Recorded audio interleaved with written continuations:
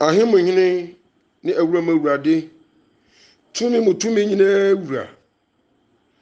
enna nwumre so nkoada koso ada seda ni kabia ma ode kronkron no wodo wayemiye wohumo brokesi a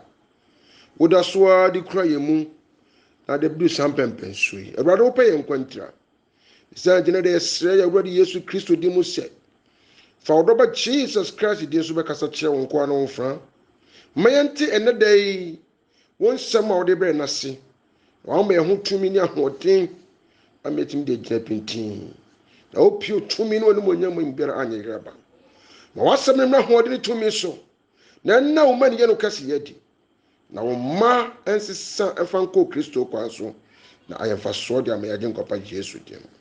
Jesus dim ne bompa adum di amen amen mechia matiefo nyina se dada nyina ye ka no na mejimidi se ebreka kra ni yesua bibi ya nefa Palm Sunday and Easter na sente etu ni din sa na se be ya manfo beti ase fise bebre di Easter Palm Sunday but kwa ye fa so di no botaye no enwie peye ayira se keni pa hye ba bia ne ma no efia ye ba ena nka ye kai na yipo ye kai kwa papa so a ka be fa se ye fam adusua na no nampani aka to wo se ye de ehia ansana ya ye de fata na ade batwe kunkum so a wo se mon so ne ma nyina hwe na mon so de eye ne modin na ayra wo sam ne se obupu obo na su ya na odasikwachi de Kristo ankasa he da de gya ye ne de ye ma ye ni nku hu ye nwene ho ye ntu hu na mo ye ma ni hia ye na mom de wanka no eno na wiase nyina gitum ni ye te ho mpentenkwa nanzo so ye nya de kwan papa so ye ya na sa kokko wie bone kwan so na kwaye se aboa tetede ya na bro fe be frɛ ne tortoise so ko horo nsa no wasa da sisi fam won ko horo nsa no miamia ni di no ne nsa ko horo de be di no no wasa da sisi fam na gese horo ye no faso bi amaso Kristo aba be wuo sanka wo gye ye nkwa na ne nkwa gye animu no ka wode ne boja be dware ye no ne nyina mu no na ya san akoto boni ni mu biu na kese definitely ayet se aboa preko a wadware was akoto na techim kama wa fie sa akọ ne fie enu nti enne de Kristo ekọ no odi je asuafo nene da ato ye no enu ne nyina ye ba behwe enu ne ade a ye ne Awurade Yesu Kristo agenkwa no ya meti asefo ba no okas ye mfanka no awiamu o ensuomu o esumu o hamu enu ne ade a Yesu Kristo ye mfanka no enti ne ye bakenka tirakunkum nsem no ne ya ka fi tirakunkum no ankasam eye Yesu Kristo no mu asem ne ya nya tutum se Kristo so ne kwa ne kra ne nkwa no wo bia na nkwa gyan ntaji so ne Kristo so enti ye de Yesu Kristo no mu asem di agora na ke se ye nkwa ene di agoro Awurade hu mobo enti na dai ya asem no honkongwa to di ama ye se the last supper na ke se adidi a ye na Awurade Yesu Kristo ni na suafo ni di ye twato enka ye didi a odidi ye twato a kire se no de wonna ni bio kan se wonu mu ni bio ko sise ebre bi beba ye bedi ni fofo wo Nyankopon aheniem enti necessary communion no anase de konkron no ye Yesu Kristo honam ni boja no se wa ni bia eda Kristo ene ne nkrofo be hia osoro no no wuntimi ni bia mana ye eyade ye asemhia papa but nipa fa ne se eyetra na de ehia no de du ho na akowinsafo ogefa yeso Christmas Yesu awoda na akowinsafo agi afa ye buru nsa me bi kura fa mu Easter ye kai but kwaye fa to kan no na dwaman abrabofunu abrabotantan kokain nom joto nom ahwa no bi ko penema ti se ni sika no ti yan hwe de Kristo ka se fankan no enti rode kwa kote ye di kan no Matthew sempa no etie ye aduonu nsia na ntwa so aduonu kopim aduasa no. Matthew chapter 26 verse number 20 to 30. Yente Awurade asem Awurade kwa kinkama ye. Matthew asempa eti aduonu nsia na ntwa so eye aduonu kosini mu aye aduasa no. Tifi asem edidi a edi akire. Edidi a edi akire kra. Ya Kristo no mu didi wo mu ani di bio. Ko yisi owu ye na wo sole ya okosoro. Na nsa no obewu me gise Yesu nyina Yesu an. Oso akum ye twam gwa Kristo no. Eti ye nhye fa foforo enye mole kadada no. Na mmom se mole ka foforo se de ye hye apiti no. Koma me o se de be TV o se de be Adidi a edi akire. Adidi edi akire. Last supper. Koi. Na edura nyumre no. Wo se edura nyumre no. Oni asuafo dumienu no ebetena ase. Kristo ni na asuafo dumienu betena ase. Na wodidie no. Na bra Kristo woni na asuafo ni hia wo mbedidie no. Na oka ase. Na Kristo kan ase. No krame sim se. Enokra me ka kire mo me ni mu dide masuafo ise. Mu ba ku be ebi mama. Mu ba ku ba be yi me mama. Na won re hoyi. Na omo nyina re hoyi. No frase se won ho maako se. Na omo nyina frase se omo maako se. Awurade Yesu. Ayemi ana. What? Afa Peter ya say ayemi ana. Bartholomew ayemi ana. John ayemi ana. James ayemi ana. What you say? Nathaniel omo nyina keka ya. Ekodru Judas Iscariot so. Ano wasi ayemi ana wasi you waka. Kan ni enti. Na won rehu ye na ofiti ase se no maako se Awurade yemi ana na obua se dia one meto ensa dia wone meto nsa ayiwa mu no ono no be wono no be yimi ama onipa ban ekosa ne wa na ho tie we tie ha ye na wonipa ban de etwe fa no ho nyina no bam ye bekunu ne nansa so be sore eto onipa ban no de atwafo nyina beba mu de nanso onipa ban ama wo be masa ohaw ne mane na fa no so aba no wonnue se ya hu sa wonipa no kra no a enka ye ahana ya na ye mawe ho sem ene no na ekoso no Yesu kan kire hwefo no se obi ba ba yi na ma ene ya ne nyina ya dwen apotim Judas Iscariot so na yi Yesu mai ene ya so ya fo kwa mi so eyi Yesu Kristo ma se Yesu abewu agimi no mienu ade ya firi ye bone ne mu but ene Yesu so ye yi Kristo ma se ni wo na obewu ye no ye mpe eti ye san ko ye te bia dada ne mu ade so a wabagyi ni nyina so ko memu bia no so no ye si ye be sa akokose ye be akosoa ade so ne bio eti ne ye tete asori dem de wo bodwaman de wo fa ne irachi de wo fa ne kurachi de wo bodua de wo no nsa de wo ye subambo ne bi okukuom ne mpa sofo a adigi tumi bone ane hunfi ade ye nyame adwuma so mo pretend say nyame adwuma na omo ye e bri asafuma ni so we nyina na de yi Kristo ama de ono so afri wonyankopon asem ho na Bible ka say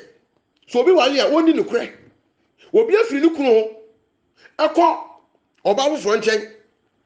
wala say na obema foforo nchen saa na bema so firi ne yiro ngere bai akọ oba foforo nchen eti clearly said ye tito ka na ide bai abam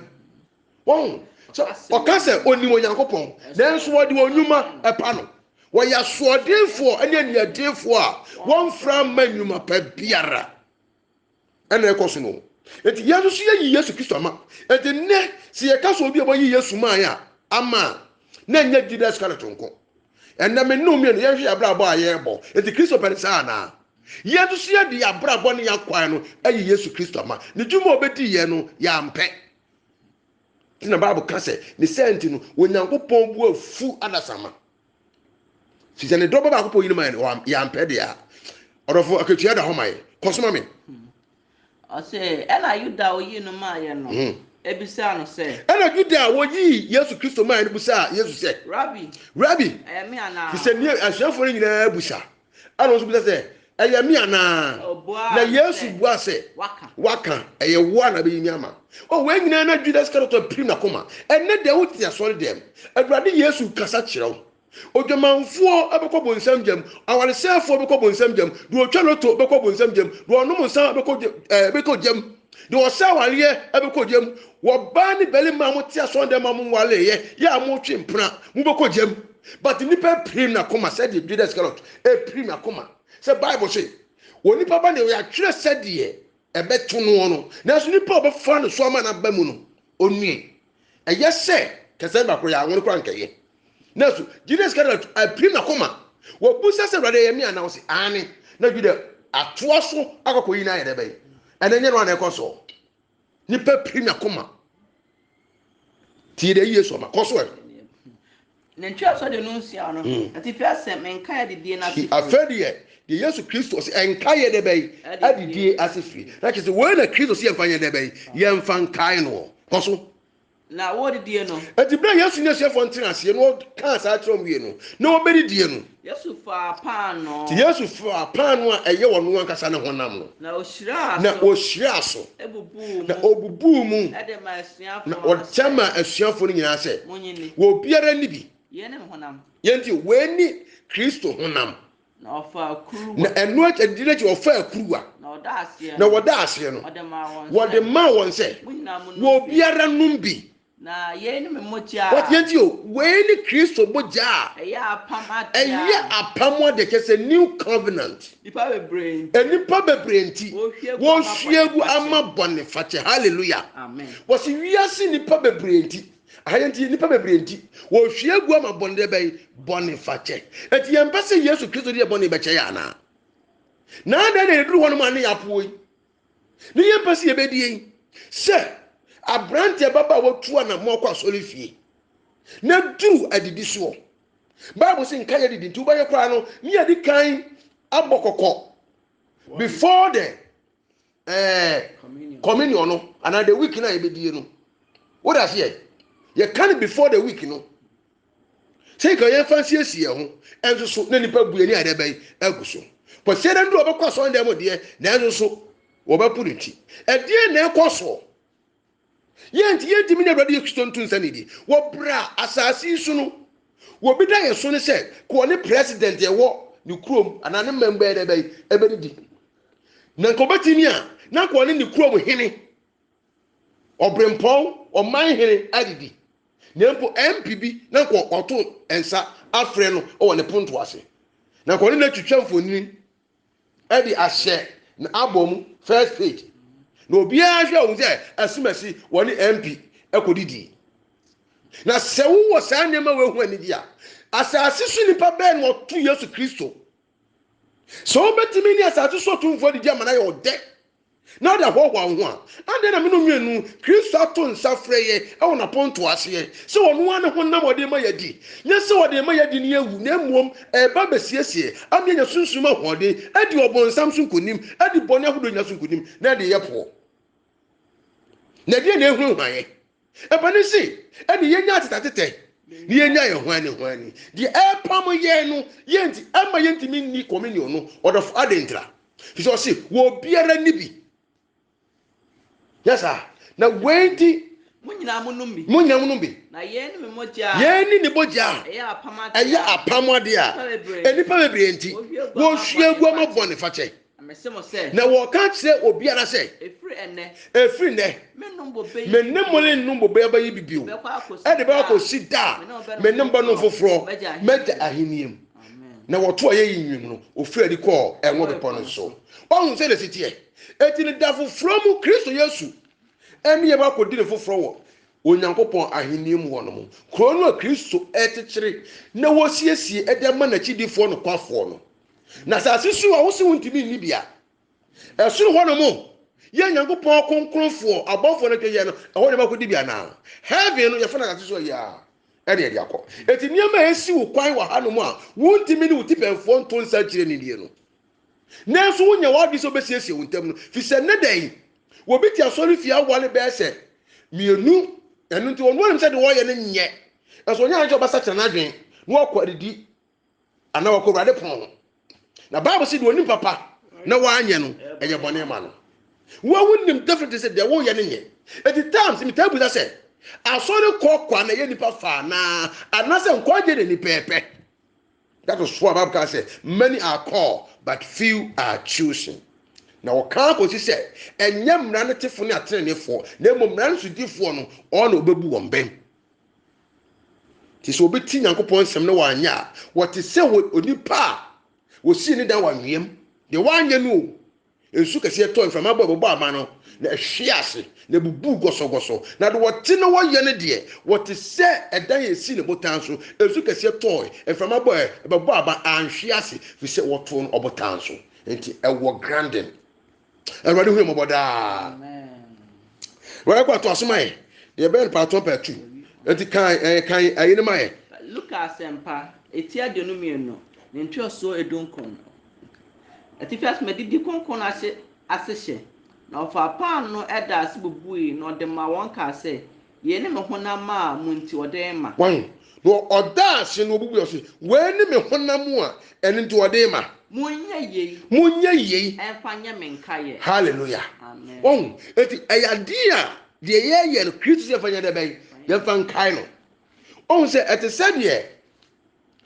Kwame Nkrumah Ghana fo nyina agye to se wona begye fa ahudie de ma wo man Kwame Nkrumah wudie